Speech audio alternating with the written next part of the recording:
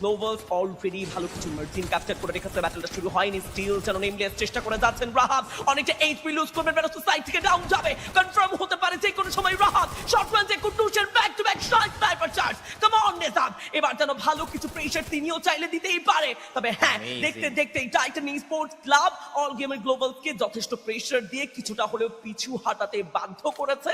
তবে এর সেই টিমই কিন্তু অ্যাডভান্টেজে থাকবে। তবে ডিও ও কুটুস another shot, টিমের জন্য যেন আরো একটা দুর্দান্ত স্নাইপিং মোমেন্ট ক্রিয়েট করেছেন। একেবারেই দেখুন টাইটান স্পোর্টস ক্লাব চোখে চোখ রেখে কিন্তু কম্পিটিশন দিচ্ছে। নেজাদ আরো একটা নকি বের করতে পারবে কিনা বেদিক শো। টাইটান স্পোর্টস ক্লাব ফিল্ডে তারা মুখোমুখি হয়েছিল অল গেমার্স গ্লোবাল এর এগেইনস্টে, এবং অল গেমার্স গ্লোবাল দেখতে দেখতে তাদের 3টি প্লেয়ার তারা হারিয়ে ফেলেছে। 10টি এলিমিনেশন এখন টাইটান স্পোর্টস ক্লাবের কাছে আমরা দেখতে পাচ্ছি। Geo the last man standing and yeah Fastech 9 এ ওয়াইপ আউট হয়েছে অল গেমার্স গ্লোবাল। বাংলাদেশি এই দল পুরো লবি এখনো পর্যন্ত ডিস্ট্রয় করছে। হ্যাশট্যাগ